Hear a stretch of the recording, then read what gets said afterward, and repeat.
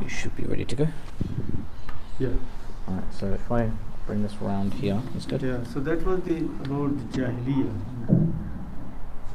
Oh yeah, this way it becomes clearer. Yeah, so then we got to turn the camera. I don't know why Sulaiman keeps putting it there. Bismillah. But he need his speaker. Which speaker? This one here? You mean? I don't know, it's the same? Everything's the same, yeah? Okay. Oh, it had a lot thing, some plastic things before. Potentially.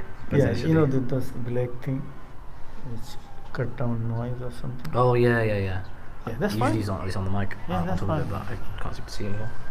No, that's Okay, Bismillah. So I think we should be live now. Bi-iznillah. So you want to read from here? Okay, Oh, you have your own. Yeah. Technology, Shaykh, technology. So we should Way ahead of the curve. write to the people Hadith 71 today. Yeah, Hadith number 71. Today, to start. Adab Al Mufrad. Here we are. Hadith number 71. Oh, does that mean that we're going to be using the second? Yeah, second. That's why I sent it. I see. But you sent it, is it? I don't believe I shared it now. Okay, you I can thought we just, still you had can just share it. sometime. Yeah, I'll share it now. Because it is last week I sent it to you. Page something 50. It has the hadith number. Yeah, got it. Yeah. Okay. So it will go on till hadith number 200. Starting Next 50. Hadith number 70.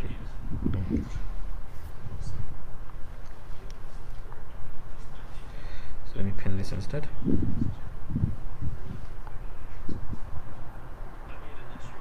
Pin. Oh yeah.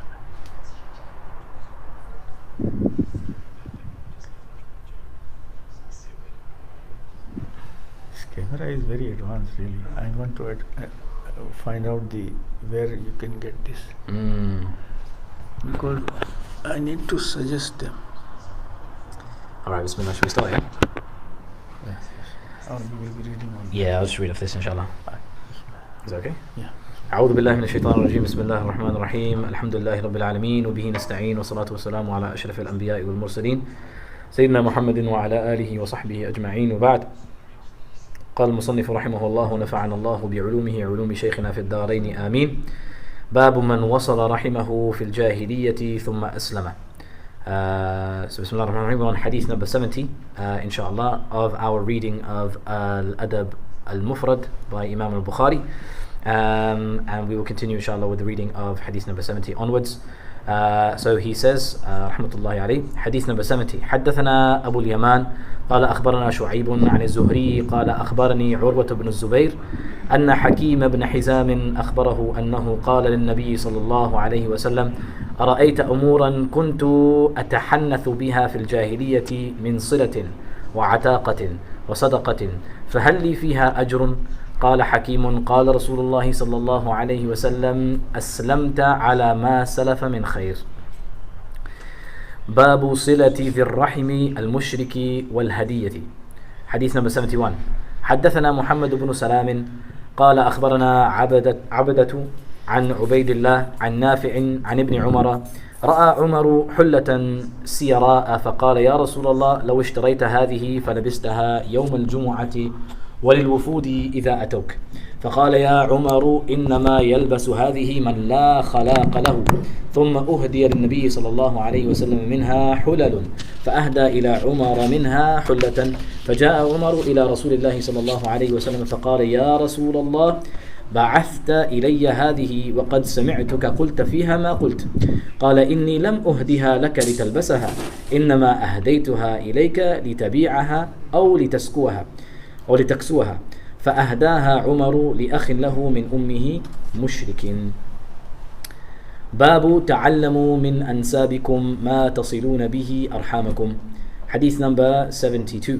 حدثنا عمرو بن خالد قال حدثنا عتاب بن بشير عن إسحاق بن راشد عن الزهري قال حدثني محمد بن جبير بن مطعم أن جبير بن مطعم أخبره أنه سمع عمر بن الخطاب رضي الله تعالى عنه يقول على المنبر: تعلموا أنسابكم ثم صلوا أرحامكم، والله إنه ليكون بين الرجل وبين أخيه الشيء، ولو يعلم الذي بينه وبينه من داخلة الرحم لأوزعه ذلك عن انتهاكه. So Bismillahir Rahmanir Rahim, Alhamdulillahi Rabbil Alameen. We stopped at hadith number 70 just before Maghrib last Sunday, and it was hadith from Hakim ibn Hizam, cousin of Rasulullah sallallahu alaihi wasallam, that he asked that if during Jahiliyyah, before becoming Muslim, if I were doing some good things like joining the relationship and freeing the slave or giving charity, so would I get any reward when I become Muslim or in the hereafter? So Rasulullah sallallahu alaihi wasallam said that aslamta ala, you became Muslim along with those good actions you had already done. So that there is a two meaning, that because of those good things Allah gave you hidayat to become Muslim, and of course you carry on all the good baggages from your previous life. But according to Quran, the bad baggages are also converted to good baggages. In Surah Al-Furqan, Ulaika yubaddilullahu sayyatihim hasanat, that Allah will convert their bad deeds into good deed because of their iman. So the next hadith is that even the non-Muslim relatives, cousins or distant brothers, we can join and be good to them, or we can give them gift. So Umar Radhiyallahu Ta'ala Anhu saw in the market a good clothing to be sold.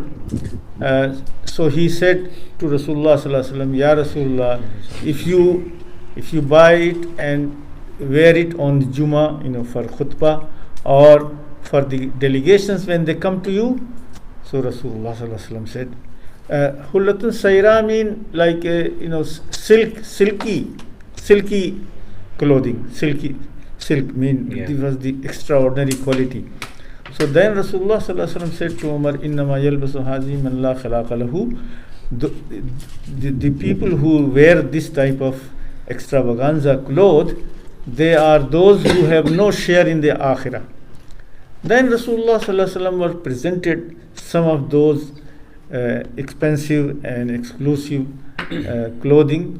So then what Rasulullah sallallahu alaihi wasallam did, he sent some of them to Umar radhiyallahu ta'ala anhu, one of them for him.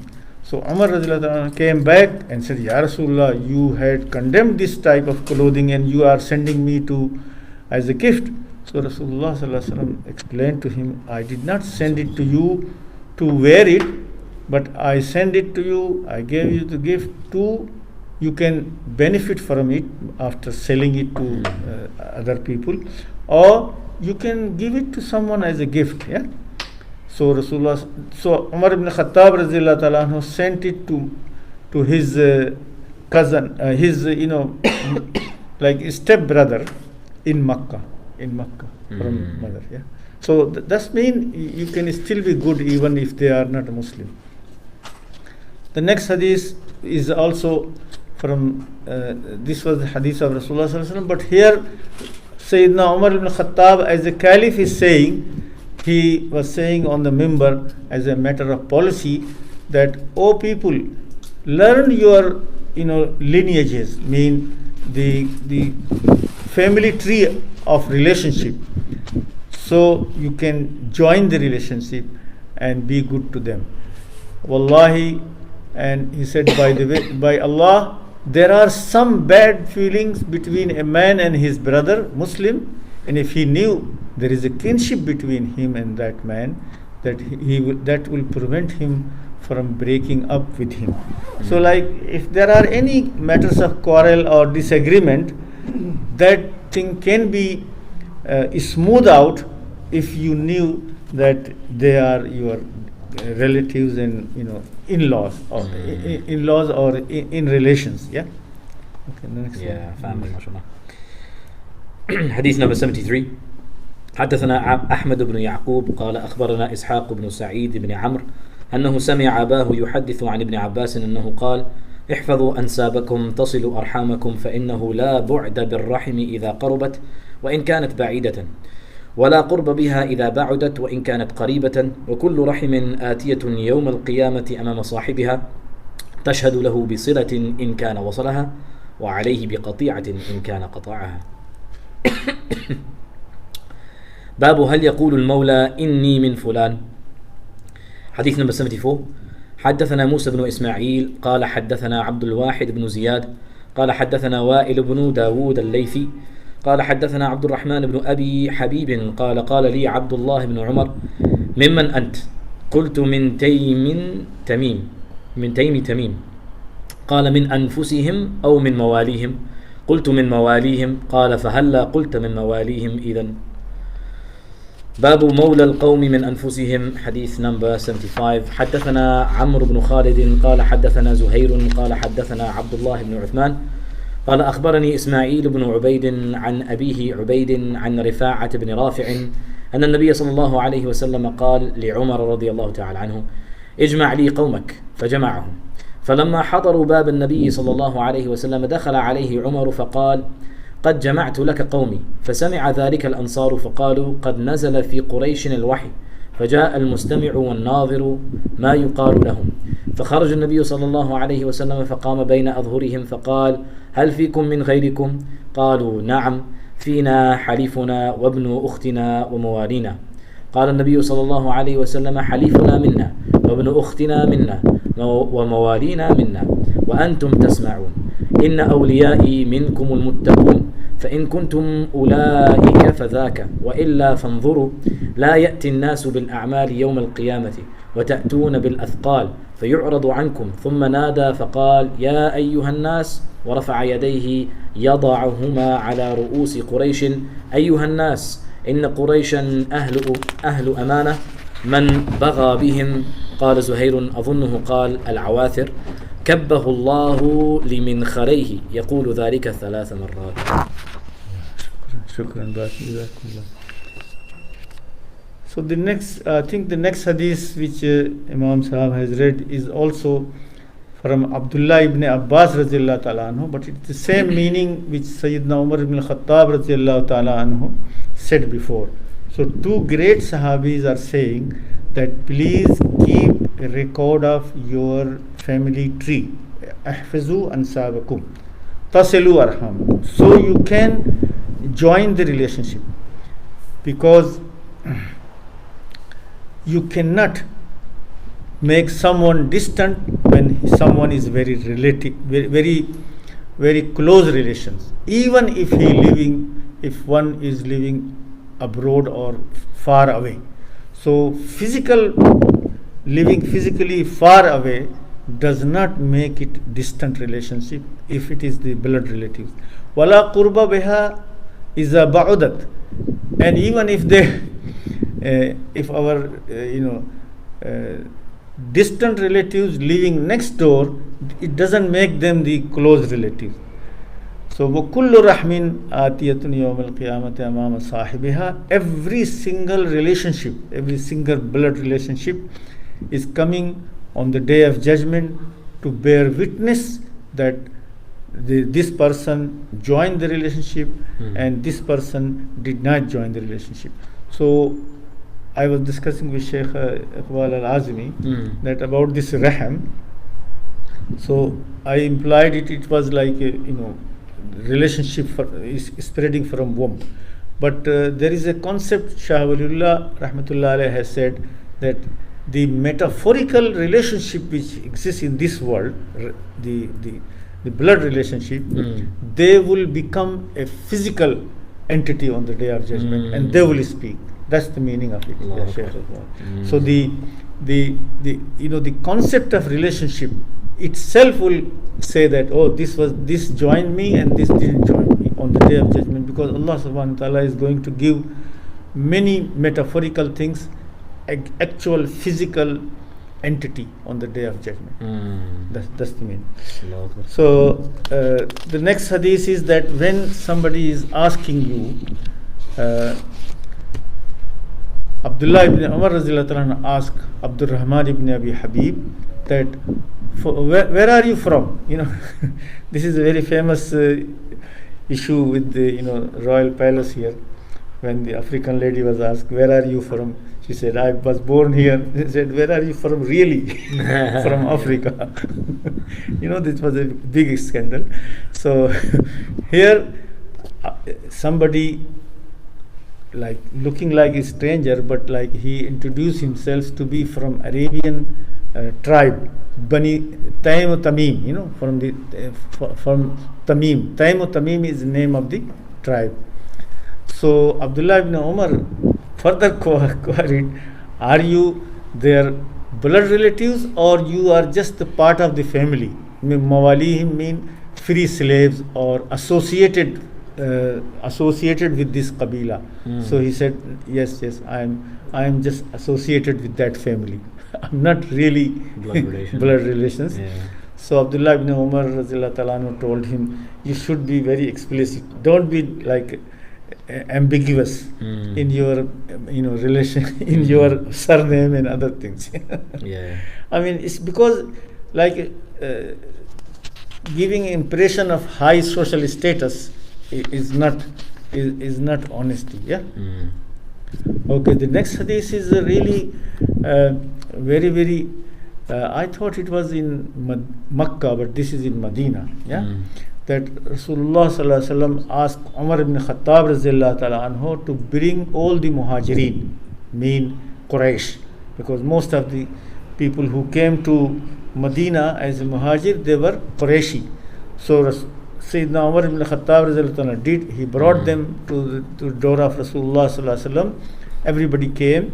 So Sayyidina Umar ibn Khattab radhiyallahu ta'ala informed Rasulullah sallallahu alaihi wasallam, and Rasulullah came. But then in the meantime, Ansaris heard that Rasulullah sallallahu alaihi wasallam is calling people, yeah, to inform them something. So they also came, yeah. And Rasulullah sallallahu alaihi wasallam, then he ascertained that is everybody from the Muhajirin are here. So is there anybody non-Muhajir, non-immigrant? So some said, yes, we are from local. Fina halifuna wa ibn ukhtina wa mawalina. Within ourselves, within our Quraysh, among them, there are those among with us whom we have made treaties, as well as our nephews and our mawalis. So like, not just the blood relatives, but all the extended family people also, our, associates, or our nephews and niece, and our free slaves. So Rasulullah sallallahu alaihi wasallam said, our ally is one of us, our nephews is one of us, our mawali, mean free slave or associate people, is one of us. So you who are listening, my friends, among you are those with taqwa. You are muttaqeen, means you are muhajirin. If you are among them, then that is good. If not, be careful, lest people come on the day of judgment with actions while you come with burdens. You are shunned. Mean you are very near to me as a prophet. So on the day of judgment, you should not just mention that I am from the tribe of Rasul. Just do actions. Be good. Do taqwa actions. So you should not be like come empty-handed. وَرَفَعَ يَدَيْهِ يَدَهُمَا عَلَى رُؤُوسِ الْقُرَيْشِ أَيُّهَا النَّاسِ. So then Rasulullah sallallahu alaihi wasallam then praised the Quraysh. So he put his hand on the heads of Quraysh and said, O people of Quraysh, you are trustworthy people. Whoever wishes for them, whoever wishes something bad to them, Allah will throw him down on his face. He said this 3 times. So like, because among the Quraysh, those who were very, very pious and very, very supportive of Rasulullah, they migrated from Makkah to Medina. So Rasulullah sallallahu alaihi wasallam said nobody should speak any bad thing about the people who have done hijrah and are in Medina. Okay. باب من عال جاريتين أو واحدة. حديث number 76. حدثنا عبد الله بن يزيد قال حدثنا حرملة بن عمران أبو حفص التجيبي عن أبي عشانة المعافري عن عقبة بن عامر قال سمعت رسول الله صلى الله عليه وسلم يقول من كان له 3 بنات وصبر عليهن وكساهن من جدته كن له حجابا من النار. حديث number 77. حدثنا الفضل بن دكين قال حدثنا فطر عن شرحبيل قال سمعت ابن عباس عن النبي صلى الله عليه وسلم قال ما من مسلم تدركه ابنتان فيحسن صحبتهما إلا أدخلتاه الجنة. وعليكم السلام ورحمة الله وبركاته. حديث number 78. حدثنا أبو النعمان قال حدثنا سعيد بن زيد قال حدثني علي بن زيد قال حدثني محمد بن المنكدر أن جابر بن عبد الله حدثهم قال قال رسول الله صلى الله عليه وسلم من كان له 3 بنات يؤويهن ويكفيهن ويرحمهن فقد وجبت له الجنة البتة. فقال رجل من بعض القوم 2 يا رسول الله قال 2. Okay, all these hadiths here. So up to now, this is now change of subject from chapter 41. Up to now it was all the parents and close blood relatives, cousins and other relatives. And after dealing with them, so mashallah up to 75 hadiths are related to the joining the relationship and maintaining it. I mean, I wanted to share really a story. I was put under test by my own wife. Here we go. She said, how many khalas you have? Can you count? Aunties. Yeah. And I didn't know the name. And Auntie G. Fortunately, they were alive, so I made some effort to find out. Like I found them, like 3 or 4 of my khalas were alive, so I made a point to meet them. And really, till they died, I tried to maintain relationship because I didn't know where they were living. So the previous hadith which says that people living distant, but they are blood relatives, they should be near to you. And people living next to you, if they are not blood relatives, then it doesn't mean that they are more important than your blood relatives. That's what the previous hadith. And really, I thank my wife or anybody who tells me to find out about uncle, aunts, and khalas. Khalas are really near, like mothers, So we should really, like we have heard about the parental being dutiful to parents, and mothers have priority. So mother's sister, khalas, have really next to our mom. So these 3 hadiths are about the daughters. Now, from the parallel vertical relationship, now we go horizontal. That's the opposite, Shaykh. معلش يا جماعة. We're getting there.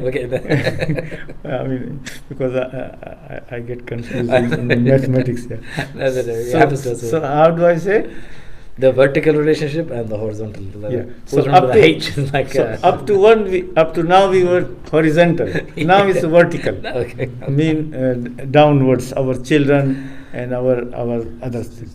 So these 3 hadiths are really, really solidly reported by Uqba ibn Amir radhiyallahu ta'ala anhu. He heard Rasulullah sallallahu alaihi wasallam saying on the mimbar that anyone who had 3 daughters and he looked after them and he sabara alayhinna, he be patient with them and clothe them from his hard work and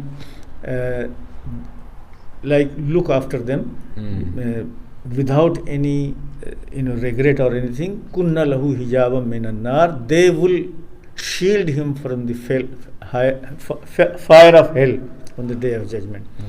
There are some other wordings. After I translate all the 2, I will tell there is some conditional things. So next hadith is from Abdullah ibn Abbas radhiyallahu ta'ala anhu. He said that anyone who has, this one was 3 daughters, the next hadith is about 2 daughters, that anyone who finds himself with 2 daughters and he treats them good, then they will cause him to enter paradise, inshallah. So yuhsinu suhbatuhuma, and he makes he has daughters and takes good care of them. So the good care of them is explained into the other hadith. So let's see, the third hadith is from Jabir ibn Abdullah, very famous Ansari Sahabi. He said that Rasulullah sallallahu alaihi wasallam, in a public gathering, he said, those who can look after 3 children, 3 daughters, yuwihinna wa yakfihinna, he cares for them and he looks after their needs, wa yarhamuhunna, and treats them with mercy and kindness, faqad wajabat lahul jannah, Jannah is wajib for him, al-battata, definitely, means definite certificate. فَقَالَ رَجُلٌ مِنْ بَعْضِ الْقَوْمِ, some people who had only 2 daughters, they asked, Ya Rasulullah, what about 2? So Rasulullah, yes, okay, 2. I think the Sayyidina Aisha, in other hadith, she said, what about 1? Then also 1. Why? This is in the background of the surah Takwir. وَإِذَا الْمَوْءُودَةُ سُئِلَتْ. Is this surah Takwir? بِأَيِّ ذَنْبٍ قُتِلَتْ. Because in Arabia, some strange tribes, they used to bury the daughters alive.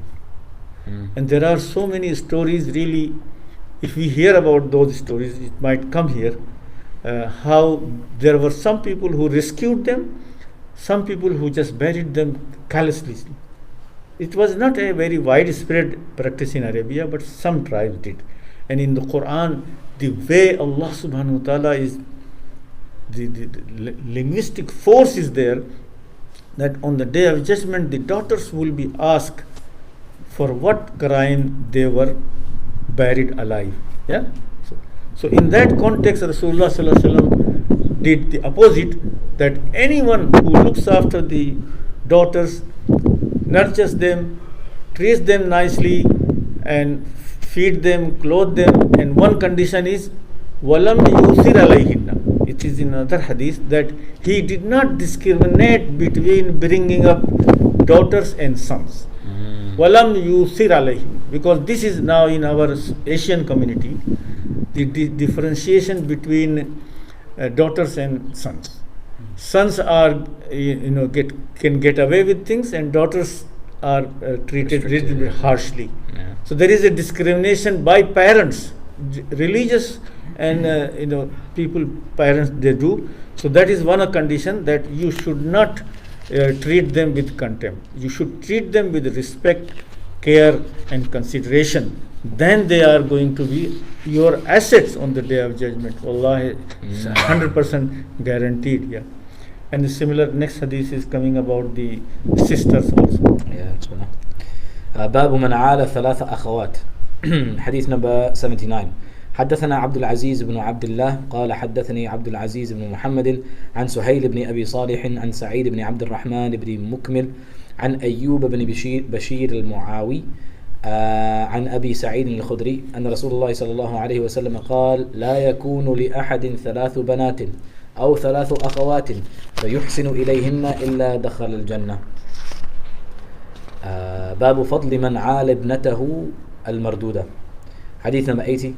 حدثنا عبد الله بن صالح قال حدثني موسى بن علي عن أبيه أن النبي صلى الله عليه وسلم قال لسراقة بن جعشم ألا أدلك على أعظم الصدقة أو من أعظم الصدقة؟ قال بلى يا رسول الله. قال ابنتك مردودة إليك ليس لها كاسب غيرك. حديث number 81. حدثنا بشر قال أخبرنا عبد الله قال أخبرنا موسى قال سمعت أبي عن سراقة ابن جعشم أن رسول الله صلى الله عليه وسلم قال يا سراقة مثله. Okay, because that was a repeat one, should I just read the last one? You can finish the chapter. حديث number 82. حدثنا حيوة بن شريح قال حدثنا بقية عن بحير عن خالد عن المقدام بن معدي كرب أنه سمع رسول الله صلى الله عليه وسلم يقول ما أطعمت نفسك فهو لك صدقة وما أطعمت ولدك فهو لك صدقة وما أطعمت زوجك فهو لك صدقة وما أطعمت خادمك فهو لك صدقة. So whatever we have heard, this is tradition that the birth of daughters sometime in some communities is not celebrated as good as the boys. So that's why this hadith is really we should share among ourselves to be as good, happy, and look forward to their their future and like their certificate of Jannah, our own certificate of Jannah, our daughters. Yeah. So the same fazila, same excellence is extended to sisters also in the extended family environment. So Abu Sa'id Khudri radhiyallahu ta'ala anhu said that this different wording of this hadith is that anybody who has 3 daughters or 3 sisters. So it's like for brothers also this fazila is there, this excellent. And then he treats them well, then he will qualify himself to enter paradise. So the sisters, like looking after younger or elder sisters, has the same reward as the daughters, because sometimes the head of family dies and he leaves really the rest of family to be looked after by male relatives. In many our societies this is so. The same situation is for the sisters also. The next hadith is another extension of the same meaning, which because my experience here in this country, I really I understand this meaning very well, and I will relate to you inshallah. Suraqa ibn Ju'shum, he was the person who was chasing Rasulullah sallallahu alaihi wasallam to capture Rasulullah sallallahu alaihi wasallam when Rasulullah sallallahu alaihi wasallam was moving from Makkah to Medina. But then his horse kept throwing him down on the earth, and then he became Muslim as a result. So he reports this hadith that Rasulullah sallallahu alaihi wasallam told him, "Shall I not tell you the greatest form of sadaqah?" He said, "Ya Rasulullah, do tell me." He went on, "To provide for your daughter when she is returned to you and you are her sole source of provision." It's like if your daughter gets divorced or her husband dies, your son-in-law dies, and then you should not shut your door.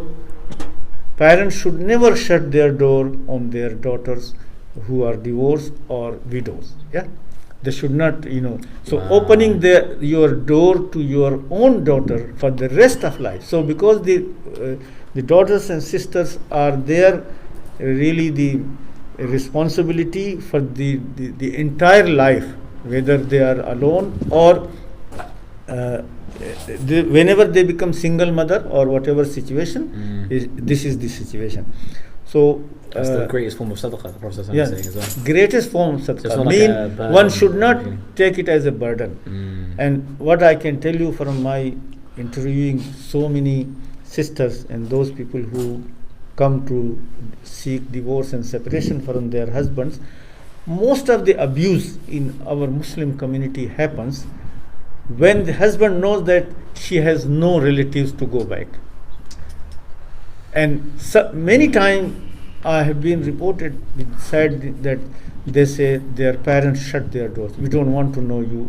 We married you. You are on your own. So they force their daughters and sisters to live in abusive relationship because of this. So just looking after them or providing them a shelter, temporary shelter or permanent shelter, will be the greatest sadaqah.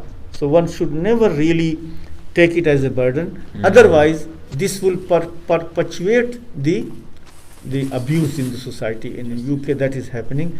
But in UK, alhamdulillah, every week I interview those people who run to the refugees, the shelters, seek protection from the police, but they cannot go back to their own parents and their own brothers and sisters.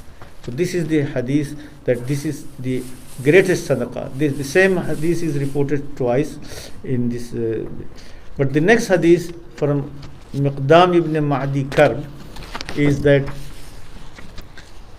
gives, like a broader perspective of meaning of sadaqah. Sadaqah. I mean, we think that if we eat something, it's not sadaqah on my. If I consume something, how can it be sadaqah for me? If I eat. So the Rasulullah sallallahu alaihi wasallam said, "Ma at'amta nafsaka fahuwa laka sadaqatu." Anything you spend on your taking care yourself, food or anything, it is sadaqah for you. And whatever you feed your children, is sadaqah for you. And whatever you feed your wife, is sadaqah for you. And whatever you feed your servants, is sadaqah for you. So don't think that you are wasting money inside house. Yeah, Sure. that is also the misunderstanding of many people who neglect their children. They think that they should only survive on minimum. Spending on our own children and on our own family is no reward. But this hadith is 100% clear in Sahih al-Bukhari and other books, that any expenditure we do thinking that it is a rewardable activity, it will be rewardable, even consuming ourselves. And the logic behind it, that Allah has given us this body as a amana, and if we do not look after our own health, our own body and our own well-being, that we are failing in our duty. So it's like a government has given you something, Allah subhanahu wa ta'ala has given you your body to take care of it and maintain it, and we are neglecting our own self. So that's why spending our own self and children and wife and the household is sadaqah. Any sadaqah or charity should be done after our whatever is left over after our own household expenditure. Anything which is spare, we can give it to others. Interesting. Just on that note, Shaykh, this hadith is almost like an encouragement also to get married in a strange way. I'll tell you why. One, there's a brother I know, a friend of mine actually. I think he'll be okay me sharing this. I'm not going to say his name. And so he was very off-put by the concept of marriage, because he, in his own words, he described it as a hole in his pocket.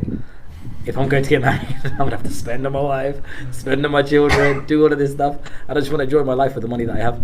So subhanAllah, little does he know that this hadith is saying that everything that he's going to spend, not necessarily a hole in his pocket, but it's all sadaqah, fi sabilillah, mashallah. So, but in London, most wives are co-earners. Yeah, in London, this is nonsense. Can't survive. This is nonsense. All these wives or daughters who are being born and educated. What is it all though, Shaykh? Like many of them. Yeah, alhamdulillah. I know some borders, mashallah, they're looking after their women. They don't need to work. I mean, in London, mashallah, nobody can buy a home without two wages. Yeah, one single wage is impossible to make a family. Yeah, deja vu. So this is London. Sorry. Allah yastur, man. Okay, باب من كره أن يتمنى موت البنات. حديث number 83. حدثنا عبد الله بن أبي شيبة قال حدثنا ابن مهدي عن سفيان عن عثمان بن الحارث أبي الرواع عن ابن عمر أن رجلا كان عنده وله بنات فتمنى موتهن فغضب ابن عمر فقال أنت ترزقهن. باب الولد مبخلة مجبنة. حديث number 84. حدثنا عبد الله بن صالح قال حدثني الليث قال كتب إلي هشام عن أبيه عن عائشة رضي الله تعالى عنها قالت قال أبو بكر رضي الله تعالى عنه يوما والله ما على وجه الأرض رجل أحب إلي من عمر فلما خرج رجع فقال كيف حلفت أي بني فقلت له فقال أعز علي والولد الوط. حديث number 85. حدثنا موسى قال حدثنا مهدي بن ميمون قال حدثنا ابن أبي يعقوب عن ابن أبي نعم قال كنت شاهدا ابن عمر إذ سأله رجل عن دم البعوضة فقال ممن أنت فقال من أهل العراق فقال انظروا إلى هذا يسألني عن دم البعوضة وقد قتلوا ابن النبي صلى الله عليه وسلم. سمعت النبي صلى الله عليه وسلم يقول هما ريحانية من الدنيا. ريحانتايا. لا ريحانية من الدنيا. معلش يعني ريحانية من الدنيا. Okay, there were three, yeah? I believe so. Yeah, okay, Bismillah. So, oh yeah, this, I mean, this is like a semantics. Is someone who dislikes,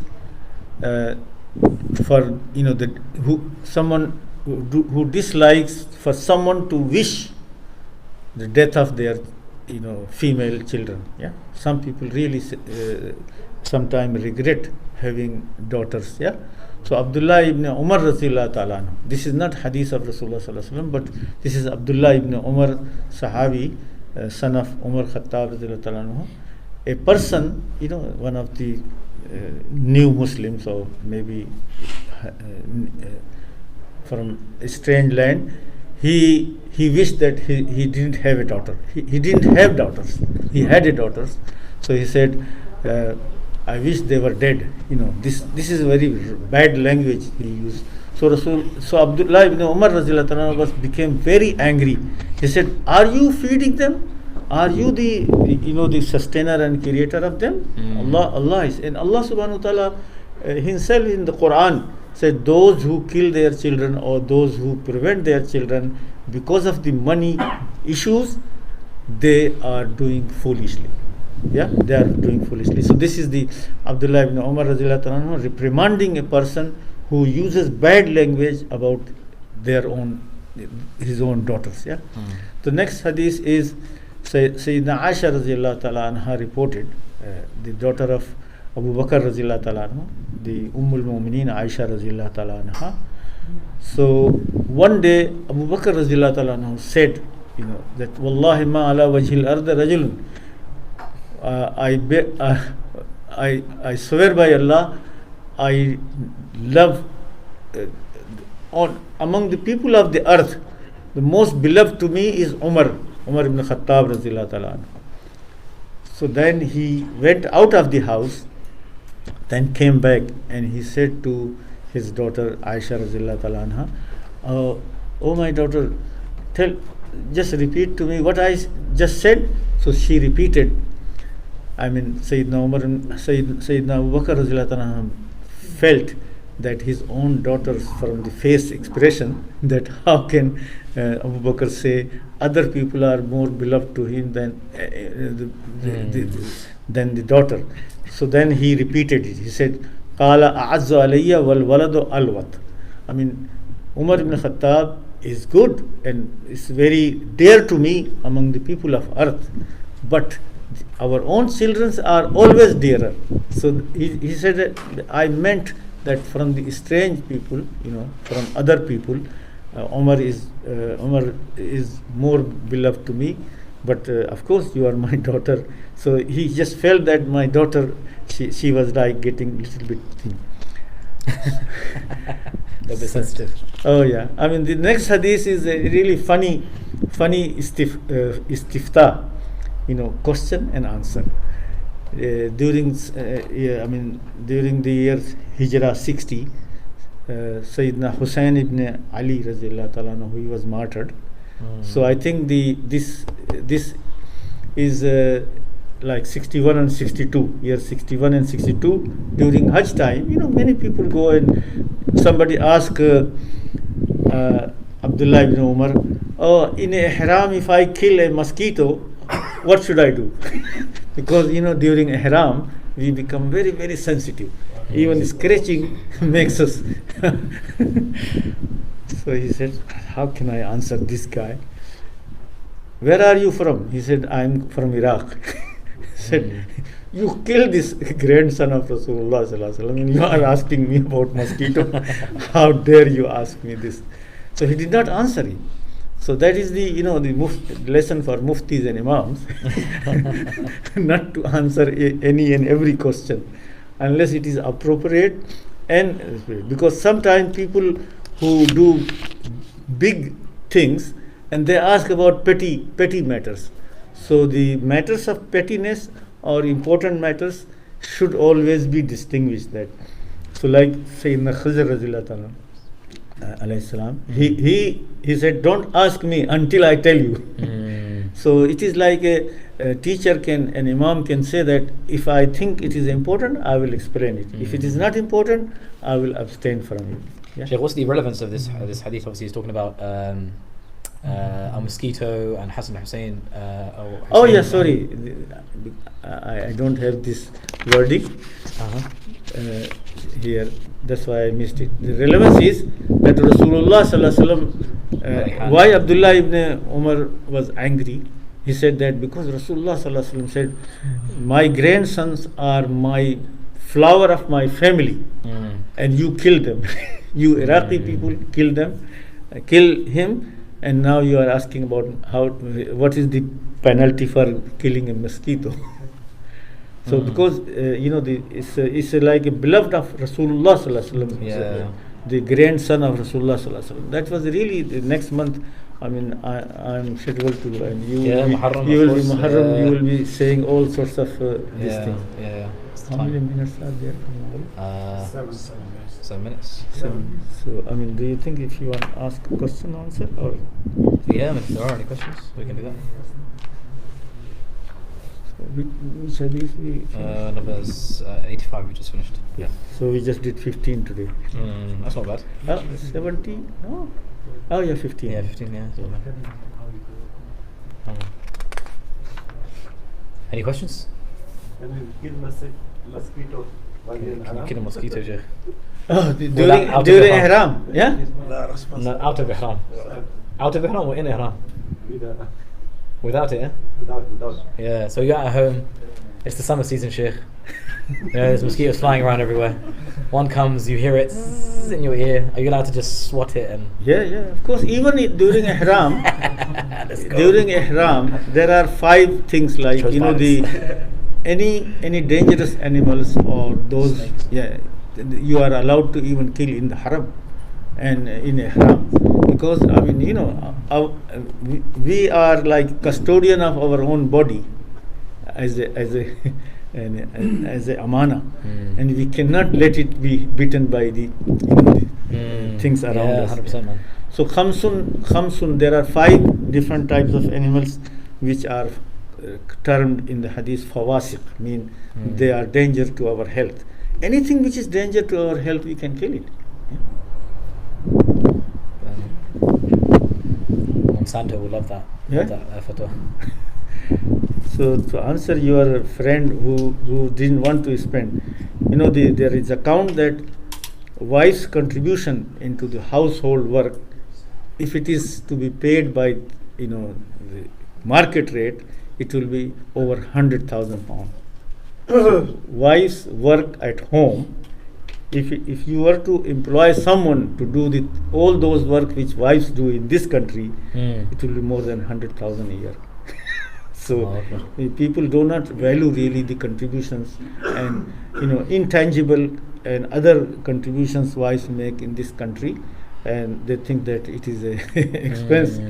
I mean, two persons living, one person living, 1 bedroom, and 2 persons living will be the same cost of housing. Yeah, isn't it? Absolutely. So somebody got their accounts mixed up. Yeah, I think it's just the effect of like the whole red pill movement and this idea of like the masculine man. On top of that, the enjoyment of the single life as well. Perhaps that's something that people don't want to give up too quickly. And as a result, like all those desires end up overcoming, and they don't see the khair that is involved in having a family, the barakah that's in that, the sort of like the levels that you rise as a result of being responsible and being someone who's able to rise up to that responsibility and look after others and be that person that sort of like everybody looks to for investment in the children. Children or the next our family is extension of ours. They are sadaqah jariyah for us. So it's like a European mentality of selfishness, which is shrinking the European population. They can't maintain 1 or 2 more child because really the looking after a child, boy or girl, is very expensive in European context. And only if you are looking forward to some reward in the hereafter, you can only invest in our children, in your children. And that's why the whole of Europe and Western Hemisphere, North America and Canada, the population in Japan, population is shrinking because they cannot see there is any reward for having children or is spending on them. They think it's a cost, it's a liability. But our Islamic and only the Muslims in the world are the largest family maintainers because they regard children and future generation as an investment, as an akhirah investment. So it is asset for us. For non-Muslims, it is a liability. I don't know really. If I and there's so many ways to do that through like these family ties. I mean, obviously the first 75 hadith that we've taken, all about like keeping ties of kinship, obedience to parents and that sort of thing. If your parents get old and you don't enter into Jannah as a result of their old age and taking care of them in that old age, then you're like probably the worst person to walk upon the earth, according to the Prophet ﷺ. So it's like there's so many ways of getting into Jannah as a result of these family ties that you'd be amiss not to get there, in spite of it all. So it's kind of like an encouragement to establish that, inshallah. Sorry? Besides sadaqah, never diminish the wealth as well. Sadaqah. We are stopped. That's just angry, man. There's 2 minutes to go. I know you imams. You're going to speak for 10 minutes. I know Ashraf, he's going to give adhan early as well. No, early adhan is not valid. So only in Finchley. Suleiman asked some question which I answered. It may not have satisfied him. You can ask him again. No. Last week you. He's satisfied. He can't even remember the questions. He's so satisfied. MashaAllah. No, good. I don't want to. His satisfaction is restart it. Because the question. If you do salah, your life is spent. That was the question. If you do. Okay, I know it's about the kinship, the holding of kinship, whether the virtues is your life is increased. But increased for you live longer. You have more. The question that time was the increase in life. Does it mean really actually number of years, or is this the opportunity to do more khair within the limited time you have? It could be like like the creed, like you have like a set amount of time, but that time you're able to do more in because you have more barakah in your time. Yeah, it could be that as well. 100%. But generally speaking, when you have good family ties, your blood pressure is low. You're not fighting all the time. You're not worried when you have a family gathering on Eid.